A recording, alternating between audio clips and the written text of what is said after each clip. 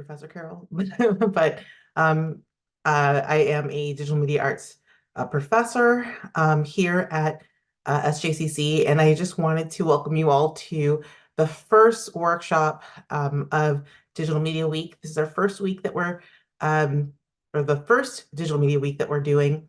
So we're so excited again to have you all here.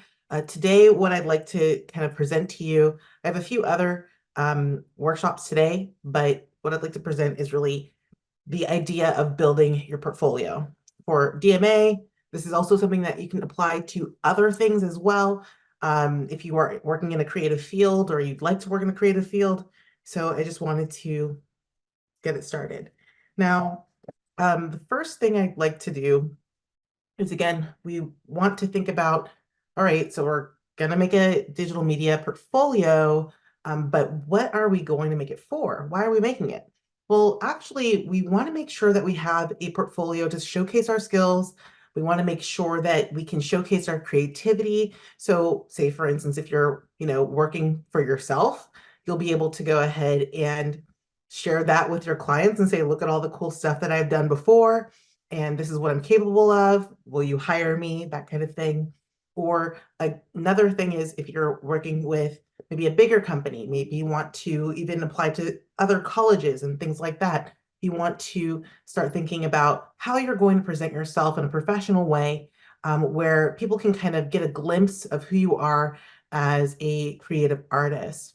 And especially in digital spaces, what we're going to be working at or looking at is how you can make sure that you can have almost like a self brand to kind of come across, where people will be able to understand who you are very quickly, what you're capable of very quickly, and then maybe move you on to that next part of whether it be a job interview, whether it be another type of, I guess, rung on trying to get you to the final interview and eventually a job. Maybe you'll be a part of a school, etc. So that's what we're hoping to get from this little bit of a workshop today. Now, again, portfolios are needed in most creative fields. This is also including the traditional art spaces as well. Or again, if you're starting your own business, you want to be freelancing, you'll need to go ahead and create this type of thing as well. Now, maybe when I went to school, you saw that portfolios were mostly paper-based, very little website kind of stuff going on, just very minuscule. I would have to send in a big, like, I guess like I'd make my own book basically, and then send that to different studios, different animation companies. I was going for animation jobs at the time, and hope that they got it and hope that I'd hear from them back. A lot of times, what you'll see when you're looking for jobs, internships, etc., in that old-fashioned way, they would not return the materials to you. So say, for instance, I spent a lot of money printing all of the work that I needed, making a DVD at the time or a CD at the time, sending it to a company, but I wouldn't hear back from them if, for any reason, to be honest. Not that I was super rejected or maybe I was lost in the bunch. I wouldn't know, but that's okay. And that's actually still kind of par for the course when it comes to submitting your portfolios, except for now what you're doing is you're submitting a digital portfolio, most likely in a lot of cases. You'll go by the job description or whatever application description that you have, and you'll see that, of course, you'll send all these materials in, but I will tell you this, if you're kind of in the middle of searching for something right now, you're doing a job search, we actually have another a workshop at the end of the day, kind of in the afternoon, when we talk about job searches. I will say, do not get discouraged at any point.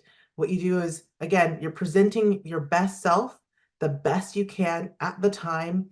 And again, making sure you can highlight some of those skill sets to prospective employers, to a prospective school, and hopefully get them to call you back, let you know that you've been accepted, see all those other good positive things. But again, I want to say, if you don't hear anything from them or if you get a rejection, don't even worry about it. There's more fish in the sea.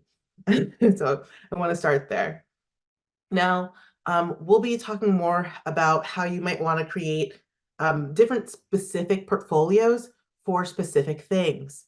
So say, for instance, if you are a motion graphics person, animation, graphic design, UI, UX design, each one of these types of portfolios will need different things. They will require different things. What you might want to do, just if you've never made a portfolio before, make a general portfolio.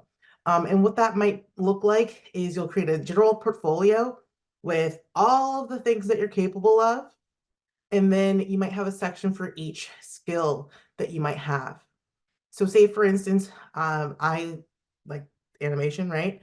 I have drawing ability in traditional art, like painting, as well as, digital art, but I also can animate in 2D, right? So I will make sure that if I'm having a website, I'll have sections or different types of, I guess, ideas for all of these different types of art styles. Now, again, they're all animation related. That's kind of what I'm going for. So say, for instance, if I do crocheting on the side, or if I do basket weaving on the side, that may not be something that I would like to put into that, even the general portfolio, because that's more of a hobby. Maybe that's like my side hustle or something like that. You might want to make sure that you're doing that maybe in a different, or express yourself in a different way. You can get a little blog or something like that that you're kind of just showing off what you do, but not necessarily, again, what you're going to make money with or you're applying for that space with. Another thing is each of these fields have, I like to call micro specializations. So within animation, you'll see there's storyboarding, technical animation, and they all have different types of portfolios that they probably want to take a look and see. So again, these are portfolios that are going to be more in the general sense that I'm talking about. I'm not going to pretend like I'm an expert in creation of all of these portfolios, but I want to kind of give you an overview of what you'd expect to see in portfolios and how you might want to compare or stack yourself up when it comes to creating your first portfolio. And again, what I would recommend you doing is make sure you take a look at the job listings, the applications, etc. Research other people that are in those spaces and say, what do they look like? What are they putting out there? And when you see that, you'll go, oh, okay, this is the expectation that the industry has for me. This is what another, I'll say UC student, what that portfolio looks like, and they got in. Or maybe this is another type of student that got into a really great, design school or something like that. That's what they use to get in. These are the things that are expected of me in order to be competitive in those spaces. And I will say this, it's not necessarily only skills based. If you can present yourself well, and you can see that they can see that you can work well with others, you're, a congenial person, all that good stuff, and that can come across in your portfolio, you're working hard, you'll see that you're going to be able to still get far, even if you feel like you're still not to the pinnacle. We still have to make sure that we put our best foot out there and we try our best. Now, what I did with my first portfolio, and I do this every time I need to kind of refresh my portfolio just a little bit, is the first thing you need to do is gather all your projects, drawings that you've created, anything. So if you are here with us at SJCC, get all of those projects that you've created for your homework and things like that, put that into one folder. If you, I mean, folder on your desktop, maybe. Okay. And then also if you have like sketchbooks, etc., get those drawings together, put them all in one spot. So if you have a sketchbook or multiple sketchbooks, multiple art projects, put them like in the same room as whatever computer you're working on. So you can do number two, which is make three piles. And what I like to do, or what I've done in that gathering of all the projects, including the digital ones, I would make three little folders, on my desktop. One is awesome work, one is work that can be improved without starting over, and then one is unfinished work, not so good work, stuff that I don't need to use. Things that I can't be proud of, that kind of thing. And what you have in your awesome work are those super polished, finished pieces that I mean, you could say, I got a really great grade on this, and you really love it, right? Maybe something that's a personal project. A lot of people love seeing things that you do not create in school, which is really tough to hear for a student because you're like, I'm already working so hard to create the things for my classes. When do I have time to do a personal project, something that I'm doing on my own? That's where, again, if you happen to have a personal project or something that you've done to the fullest, like maximum of your ability, put that in that awesome work pile. Now, another thing that you can possibly do is use the work that can be improved upon, but without starting over. You can have that also in your back pocket, have that in that secondary pile. And the reason why I put this here is for myself, I would sketch a ton. I would have maybe 15 sketchbooks that I would go through, and I'd see drawings that I really, really liked, but they just weren't finished. They weren't polished. They didn't, I didn't close the lines on them. I didn't color them, etc. If you have a few of those drawings, you could actually go ahead and just kind of spiffy them up, make them better for your portfolio. So I would say do not recreate the wheel. Do not start off from scratch. We're trying to work in a timely manner as if you wanted to create a portfolio this week for a job that you're applying for next week. Okay. So you can do this pretty much in a weekend or so to just gather these things together. That can be a one weekend project. And then the next weekend, you could probably say, or the next day of the weekend, like a Saturday, you can say, okay, well, I'm going to go ahead and divvy up these different types of things in different piles, like awesome work and work that can be improved upon. And then what I would say is decide what your portfolio is going to be for. So that's going to be, are you applying for a job, internship, academic? What are you applying for? Um, in the, and I'm not quite sure if this still applies, but usually people want like a short portfolio. They want to be able to look through the images or look at your demo reel or something like that really quickly and then move on. So when you take a look at things, you might want to double check your job, the internship title, like what is required of it, what are they looking for so you can actually make sure you're highlighting those skills. For instance, if I'm going for a creature position and I do not have any creatures that I have created for my portfolio, like if I'm doing creature design, making something for like Star Wars or something, then I may not even apply for that unless I actually have uh, the work that is still in the same vein as creature design. But if I'm doing character design, okay, like more general and more broad, and I see that, okay, they're looking for someone who has, figure drawing ability, maybe they're looking for someone who can create funny characters or caricatures, then I'll go ahead and I'll put the best things that I have of like maybe human style drawings, etc. Maybe I have some cartoony different drawings, maybe different styles, and then I'll go ahead and I'll submit for those things.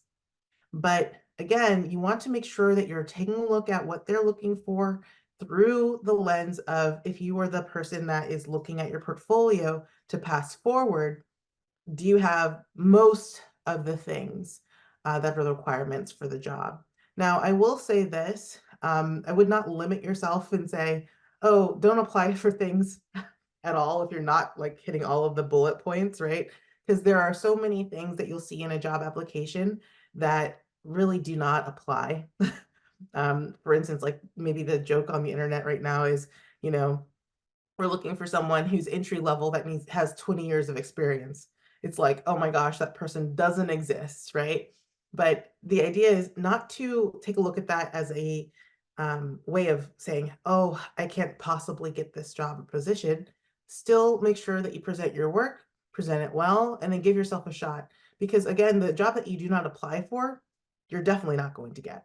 So again, I would say, again, just please, please still try. And again, when it comes to your portfolio, you want to make sure that you have your awesome work that's in there. And if you have work that can be improved, make that awesome. And then you'll have just a, beautiful, awesome end-to-end portfolio. Now, when we talk about knowing your target audience, we want to think about it like this. You might actually have to make multiple portfolios for multiple different or for different positions. For instance, I have the ability of doing 2D animation. My 2D animation portfolio most likely will have, a demo reel of my 2D animation, as well as, the character designs, etc., that I might have that will push me forward. It might even have 3D animation, just so I can say, look, I can also do this, right? But say, for instance, if that's something that the studio that I'm applying for is not looking for or does not like, or doesn't want, then I might still say, okay, well, I'm not going to um, give, like, say, for instance, my motion graphics. Like if I have motion graphics, I have a lot of, I guess, non-character based work. I'm moving shapes and things like that to a animation company that does characters like, I don't know, SpongeBob. That's something that will not apply. They most likely will go, this is not what we're looking for, and they'll throw it out. Another thing that happens also within animation is you'll have character animation where you're drawing or you're doing 2D or 3D animation. You can see that, and they'll make that into a demo reel, which is again the I guess little clips or snippets of you showing your animation work, right? But then there's also like other fields like storyboarding. And you can of course put, you know, um, your 2D work or your other animation work in that thing, but you'll need to make sure that you also include storyboards.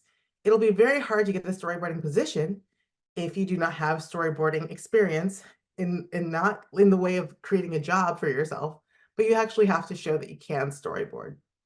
You need to make sure that you are utilizing the tools for the job. The same thing goes with technical animation roles or UI UX design. You need to make sure that, I mean, it's really great that you know how to animate. It's really great to know that you can do character design, but if you put that in a UI UX design portfolio, which is more about the user experience and the thinking of things, they'll probably kind of look at it and say, well, this is not really what we're looking for. So that's why you want to make sure that you target your audience, you know what you're applying for, and you might even want to make multiple portfolios for different positions. So if you have all these abilities, you can do that. Now, I would like to let you know also that most companies, or I guess HR departments, your application, where does it go? It usually goes to someone that is not uh, an artist. They're not a creative position, like an HR person, someone who works in um, an administrative role. Sometimes even a robot will go through your application and then weed it out based off of what you put on your resume, etc. So that's why I say don't get discouraged if you feel like you've gotten, rejected or something like that, or no one contacts you. But you want to make sure you can get past that first line of defense that these companies have. And how do you do that? You want to make sure that you have a resume that actually has the skill sets that they're looking for, the keywords that they're looking for in it. You want to make sure that your portfolio is presenting in the way that they are expecting. So they're going, oh, I see. Very clear. You want to make sure your portfolio is, bam, within the first 30 seconds, someone looks at it, they can make it work. It loads quickly, if you're on a website, and they can view it and then make a judgment about your material. Usually within that first 30 seconds, they're going to make a judgment on whether or not you're going to go forward, whether or not you have the material that you need for the company. And at that point, again, when they're looking at, and it's a snap decision, right? Because they're going through tons and tons of portfolios. I mean, when it comes to resumes, if the robot can't read it or they don't see the keywords, they might just throw it out. If you go through a person who's in an administrative role, if they look at your demo reel and it's not your best work first, it's like your first starter work. You want to make sure that you put the best work, again, throughout, sprinkled throughout. If you have some weaker pieces, you can, hide them, or sandwich them in between. But again, you want to make sure that you're presenting well, hopefully the whole time. And you have nothing but strong work, things that are intriguing, things that are exciting to look at. And you want to start off with a bang so someone can get their attention caught and actually continue to look at your demo reel or your portfolio.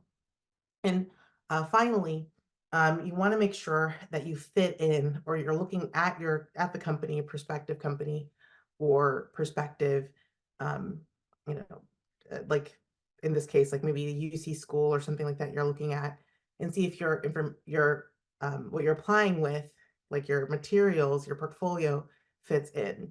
For instance, I tend to draw like cute, happy, like round creatures like Pokemon or something, right?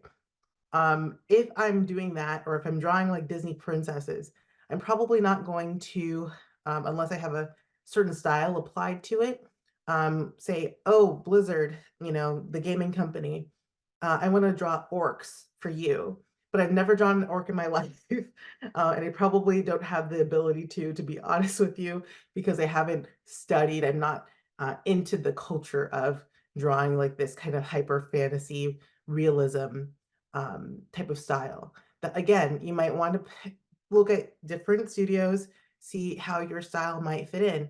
Larger studios might have a ton of versatile styles, so you might not have a problem at all.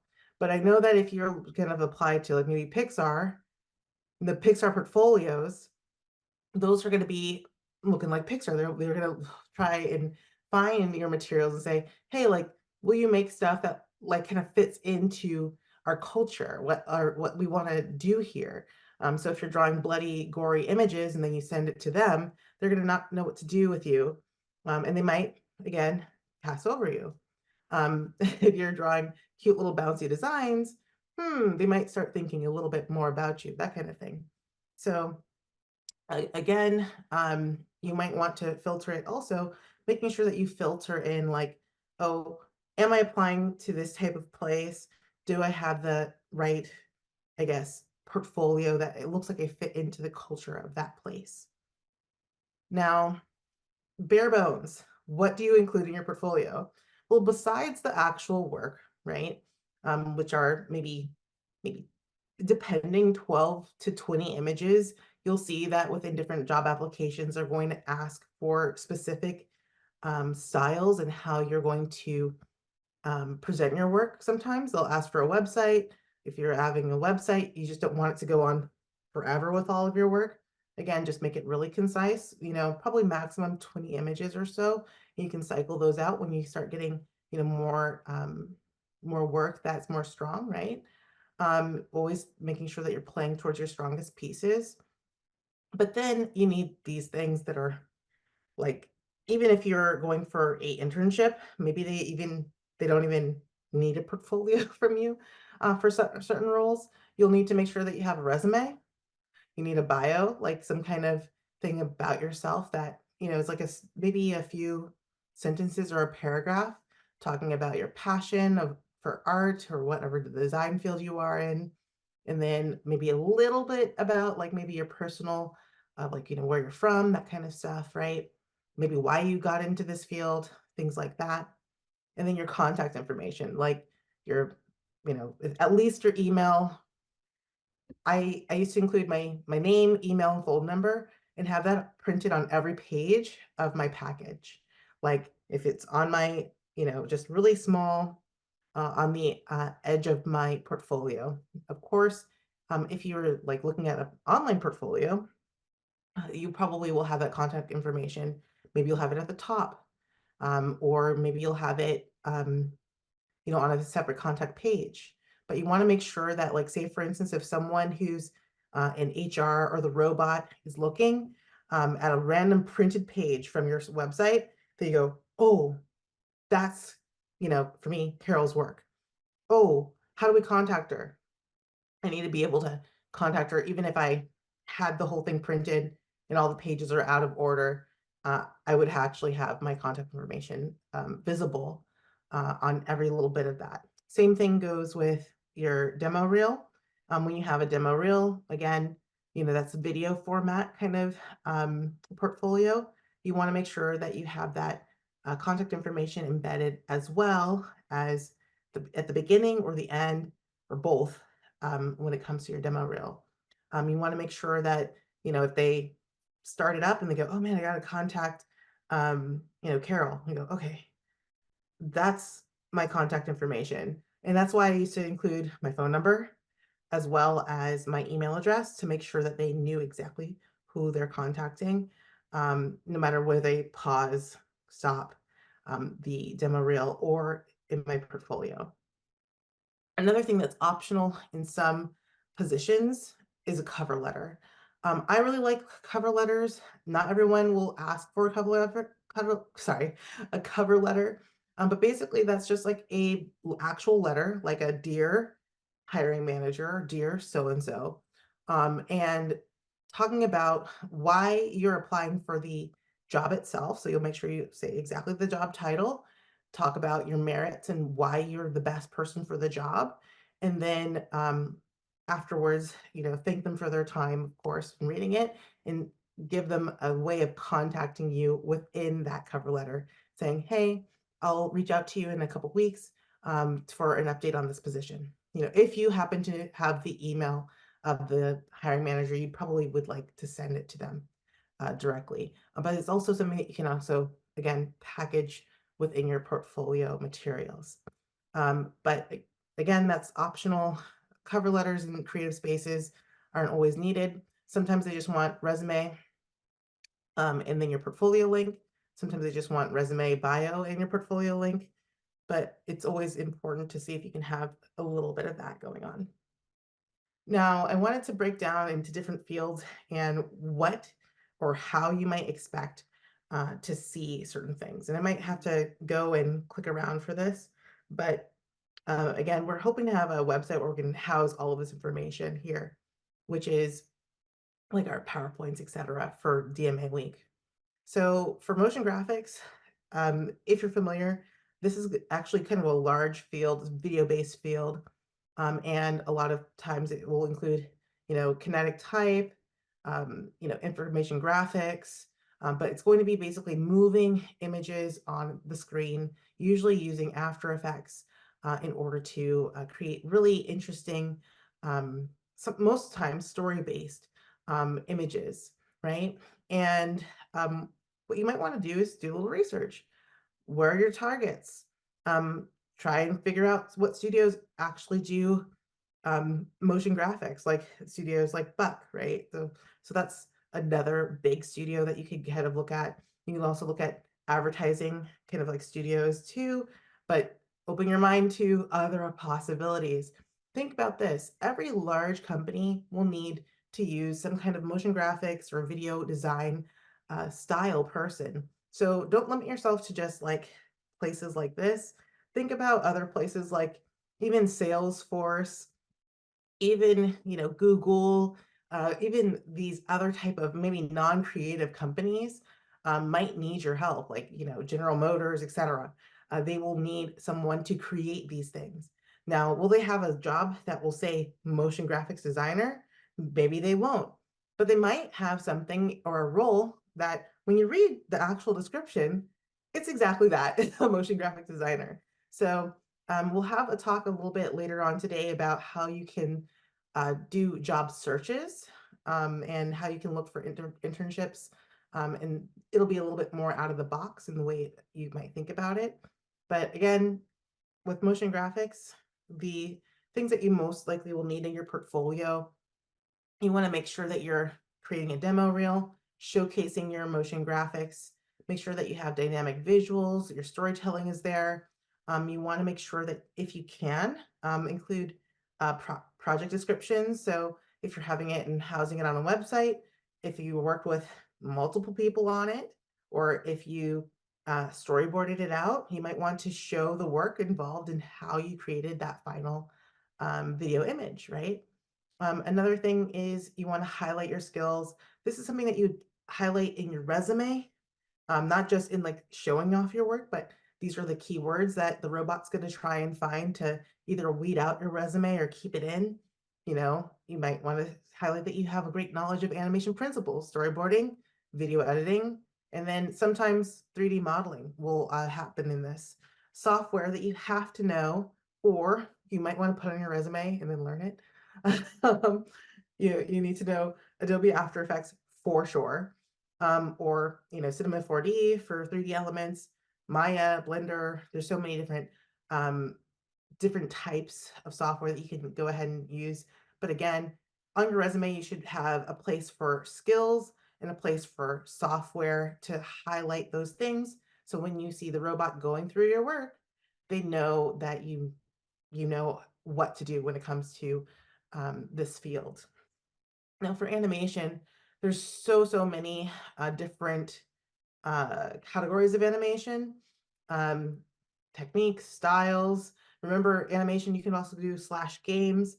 Also, I will say this, in motion graphics, you could also put slash games. Actually, all of these things, when we talk about UI, UX design, you can do slash games because, again, gaming studios also have a great deal of all of these different areas working together. And, want to say this, in the Bay Area, there's quite a lot of game studios. So I just want to say, if you're looking for internships and jobs, don't limit yourself to just the big things, but also think about, these independent game studios. They do exist, and there's quite a lot of them in the Bay Area. Now, with animation portfolios, you might want to make sure that you're zoning in on the type of animation job that you're looking for. Like I said before, with storyboarding is its own thing, kind of. Uh, 2D animation is its own thing, kind of. You might want to, again, things that you'll see that they want to see are the foundational skills of animation, making sure you know timing, anticipation, expressive use of squash and stretch, like as an animation principle.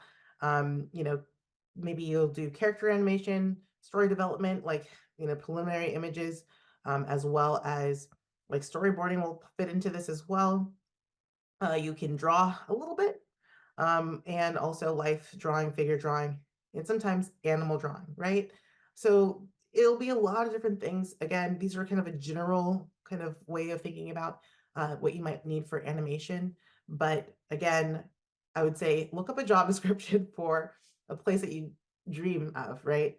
The job that you want, and then see what kind of qualifications that those guys are looking for, as well as maybe someone who already has the job, try and find their portfolio online. There's quite a lot of people that have their portfolios online for viewing, and you'll be able to see their own ability and, like, again, what they're looking towards. And this goes again for not just jobs and internships, but if you're looking to even join these fields within animation major at a four-year college. Software ability, Adobe Animate is huge, as well as Toon Boom Harmony.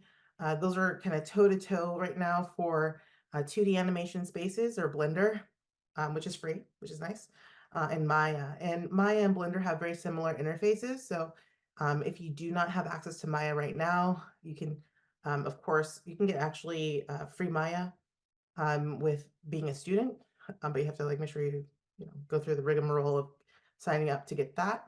But also Blender is free, so you can always do that. There's tons of tutorials and things like that on the internet if you want to kind of dip your toe into uh, 3D animation on Blender, and as well as 2D animation on Blender. For graphic design, there's so many things that are called or considered graphic design. Making PowerPoints in the corporate world can also be considered graphic design. So again, make sure you read the application descriptions. If you do not read them, then you're like applying for a PowerPoint job, and if that's not your passion, you maybe it's the wrong way, right? So graphic design, it'll put you in many different things, lots of different fields, right? But you might want to just double check, your own work against others in the world. Make sure you have like, interesting projects. I know that for me, as well as my other professor colleagues, we try our best to make really interesting projects for y'all so you can express yourself and then also start building a really strong portfolio. And with other places, like if you wanted to go on platforms like Behance or Dribble, see what people are up to, see what people are creating. Maybe you can start thinking about something that's even more cutting edge, or get something that's separate from your assignments that you get in class to include into your graphic design portfolio. So that's something to, again, think about. Oh, let me let this person in. Okay, hi. All right. So for graphic design, again, it's the idea of embracing your originality, making sure that you create narrative through your design projects, You're going to need to know typography, layout design, color theory, and branding. Those are, again, those keywords that you might want to plop into your resume or plop into your cover letter to get the robot to seek you out, to see you. And then also the software abilities that you need to know are Illustrator, Photoshop, Adobe InDesign. And I would say go farther. If you know more software than what is I have here or whatever, do it. To put everything out that you know on there. On my resume, I'm like, I know Microsoft Word. Yes, and the reason why is because, again, we want to showcase all of the software that you know, whatever types of knowledge that you know, that is pertaining to the industry. That's really, really important. And for UI UX design, it's going to be more or less about creating user-friendly digital interfaces, making sure you can optimize user experiences. I have some examples here, or a link to some examples that I can share with you all afterwards as well. But again, it's really more or less about tracking that user experience and showcasing that. So what you'll need to make sure is that you can, again, know the principles. You're prioritizing user-centered design. You're able to conduct, or you have conducted, usability testing. And then you can also see that you have created some kind of balance between functionality and aesthetics. Like it looks good and it actually works well. It's working the way that you, through the user testing, you're going, oh, of course, that's what's happened. This person's really smart. I didn't think about creating a button that does that or has small motion to show that, to lead them through the design. The skills that you'll need here are wireframing, prototyping, user research, and then making sure that you can show the information architecture. So these are different, again, through different projects that you'll see that we have in our classes, our UI UX classes, as well as, again, looking it up, see other people's like research and say, I need to figure out what I need to put in my UI UX design portfolio. Look that up, Google it, and you'll see so many different examples of those portfolios. For software, making sure you don't get weeded out by the robot as well. You want to show that you know, I mean, Adobe XD is actually on its way out right now. So maybe you could probably say if you have practiced in Adobe XD, that are using it, but that's kind of old school now. Adobe's not really pursuing that, but Sketch and Figma. Figma's huge for UI UX and that design field. Now, the key here is presentation. So we want to make sure we present well. You want to make sure that, like you're not actually like getting up and you're not saying anything quite yet. You haven't gotten to the interview yet. So you're thinking, what kind of presentation do I need to worry about? Well, you want to make sure that you are showing your work in a clear way, but also an engaging way. So going back to what I've said previously is that HR person, that administrator, they're going to be looking at your demo reel or your portfolio for like 30 seconds and decide whether to keep you or throw you in the circular file and say, okay, maybe not that person, right? So you want to make sure that it's engaging and dynamic, but also speaks to your own creativity, is personal, and you're basically branding yourself. So what I would do is you start thinking about the type of work that you create and how you're going to show it. So you want to make sure that whatever branding that you create for yourself, that it's consistent and it's maintained across all platforms. You can't really change like how certain things are presented, like via LinkedIn or maybe another third-party website. But what you can do is make sure that within your own website, maybe your own marketing materials, like how you choose to, take a picture of your work, making sure that that's consistent. Like every time you show a storyboard, maybe have a nice clear border around the edges and your contact information in the corner. That would be really great. Another thing is maybe you're using consistent color design across the platforms or a signature. Maybe you don't even go by your actual, name. Maybe you go by artist type of name, like There are a few, instead of um, going by, Pablo Picasso, maybe you just call yourself Pablo, something, interesting, but whatever works within your design world. Make sure your fonts are consistent across different things as well. You want to make sure that you feel like a branded package.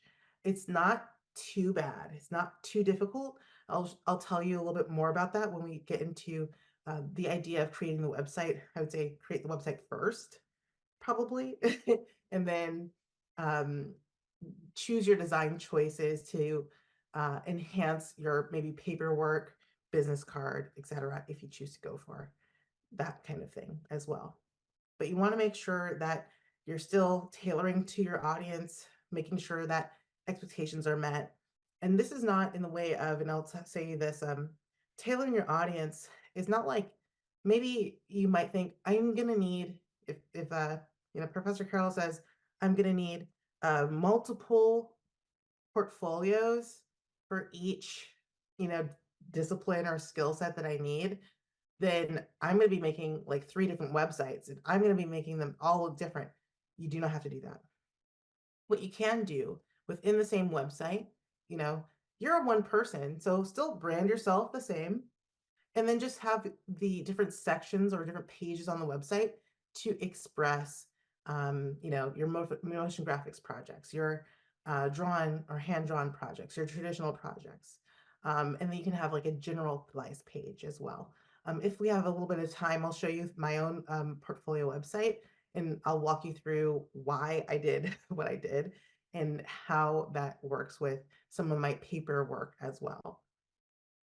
Now, for portfolio websites and social media, they work hand in hand.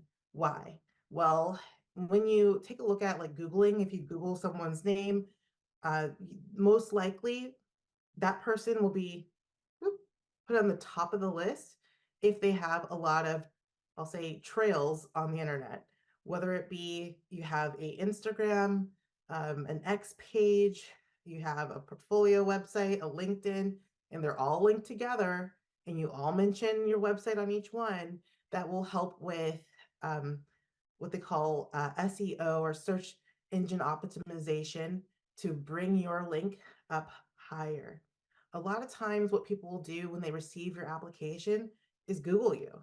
They'll say, "Oh, who's this?" Okay, they like what they see, then they'll Google you, and they'll try and figure out if you seem like a cool person to hang out with, if there's any more accomplishments that you've done besides what's being shown on your website, etc.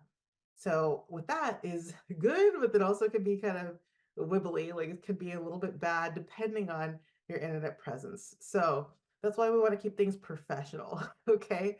So what you can do if you're looking to make a really quick website or just be out there, maybe you want to create a quick portfolio and you want to create it in a design space, you can use platforms like Behance or Dribble or Bridgegood. Those guys are coming later on in the week to talk about their portfolio website.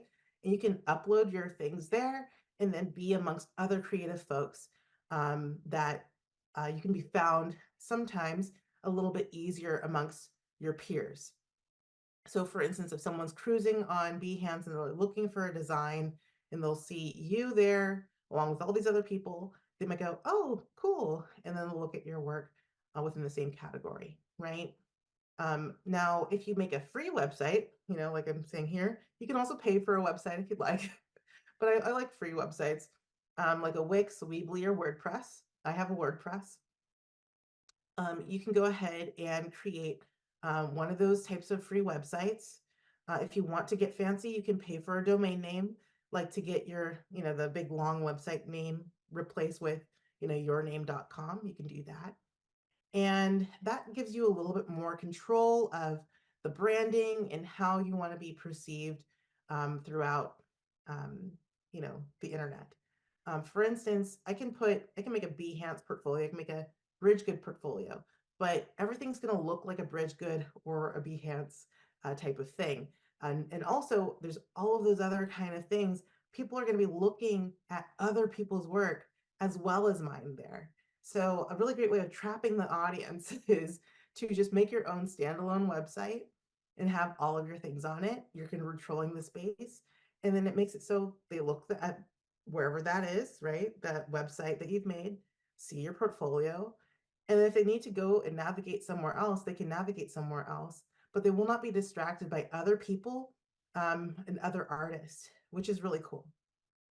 Now, if there is a benefit of having both, again, for that search engine optimization, but I would say if I were you, if this is your first portfolio, I would put together like a template website like a Weebly, Wix, or WordPress.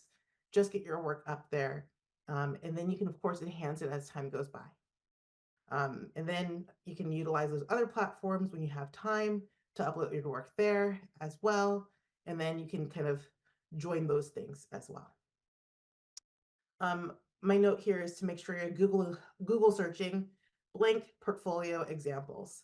So again, if you have not made a portfolio, you don't know exactly what the role or the title of job application that you're going for, just try it. Just put, you know, if it's like something I didn't name, like geez, like technical animator portfolio examples, rigging portfolio examples, um, anything that again is a job that you can search for. Just try and figure out if someone's already made a portfolio for it, so you can again take a look at it and see if you're aligning with the expectations for that, as a goal. And then I say, what about Instagram? What about X? You can have social media link integration on your website, your home website, like, on my WordPress. I also have my LinkedIn and all that other stuff, right?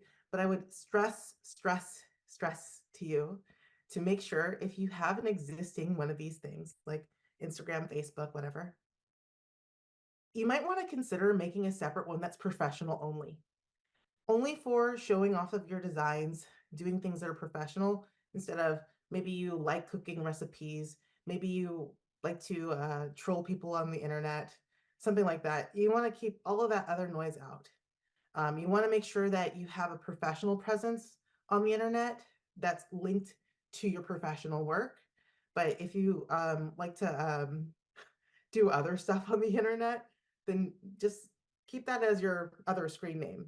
But make sure that it does not connect you with, um, your professional world, I guess. So that's why I personally will think if you're going to have a social media presence that you link, definitely that should be LinkedIn because it's a professional social media website. You're supposed to post professional things there. And then it is also really great for networking as well. So I would say, above all things, get your LinkedIn updated and started. That's another thing that many employers will look for. I've found people through LinkedIn as well. I've met friends through LinkedIn for professional purposes that are, they're great. So again, I would say there's so much noise on X, Instagram, TikTok, etc. Those can be for your own social media journey, but keep it professional. If you're going to be in those spaces, make a separate X or a separate Instagram, separate TikTok for those kind of more professional things. But that's why I say just stick to LinkedIn and then that's it. Now, again, what you might want to do for any of these types of websites that you might be creating, you want to make sure it's a high quality visual. So you shouldn't have any pixels. You shouldn't have, a 280p, like tiny looking, demo reels. It should look really vibrant. You should be able to see that it's like, very professional in quality. And then if you have room for descriptions, make sure you describe the work as well. Maybe sometimes you can have a little blurb about how the piece was created, etc. For these, and I think I kind of talked a little bit about this, but again, you want to use those other types of things like LinkedIn, Twitter, or X now, for networking and showcasing your creative processes. So the idea with using social media with your website is your portfolio. It should be geared towards more of the polished pieces that you have. But if you're using social media to promote your work or be out there, then you want to kind of show like maybe a process photo, a storyboard, a few character sketches to kind of build up to different projects. And then you can show them, oh, this weekend I drew Superman or something like that. That's a good place for, if you have a fan art piece or something like that. You'd go ahead and put that on your social media platforms. It's not a part of your portfolio, but it gives more of a breadth or an understanding to your prospective, you know, employer, or whoever is looking at this, right? And saying, oh, okay, this person's also into Superman. This is like, or, maybe this is not the same place where you do basket weaving and you put that there. But again, you're supposed to kind of say, oh, these are things that are in line with or projects that person's working on. So they're not just stopping drawing or stopping, making motion graphics. They're actually doing other things to help enhance their skills on the side. And that's something that's really good. It creates kind of a idea of the whole person. Another thing that you'll have to do with all of your work, when it comes to social media, is to make sure that you have your keywords in there. Think of the keywords that we're talking about with those robots. What is it? It's art, animation, gaming, and be broad with it. And then also be, technical with it. So if people are looking for storyboarding, which is kind of like a sub piece for animation, you can say storyboarding. But if someone's looking for animation, animation is also storyboarding. You can put that also underneath there. But you want to make sure that it's relevant hashtag or relevant tags that you're using for your social media. And again, if you can, make sure that you have that brand all the way across. So when it comes to your artistic style, your language that you use, it'll be the same across all platforms. So that the cool part is you don't necessarily need to kind of recreate the wheel on your designs. You can actually just use the same ones. And then you'll still need to make sure that you craft a bio for each one of these social media platforms. It can be cute, like little and sweet, like the ones that you see on Twitter, or it can be more thoughtful and thought out, more business-like, like the ones that you'll see on LinkedIn. You might even copy paste the same one that you're using for your online portfolio. So I'm gonna wrap this up pretty soon, but you'll see a thing that you need to continue to do is networking. You can network on LinkedIn. You can actually go to places like professional organizations in person or even online. They're like meetups, and see if you can go ahead and say, hey, um, I need a mentor. Find also, there's so many inclusive organizations now that will also promote different types of diversity within the digital media industry that you can also count on.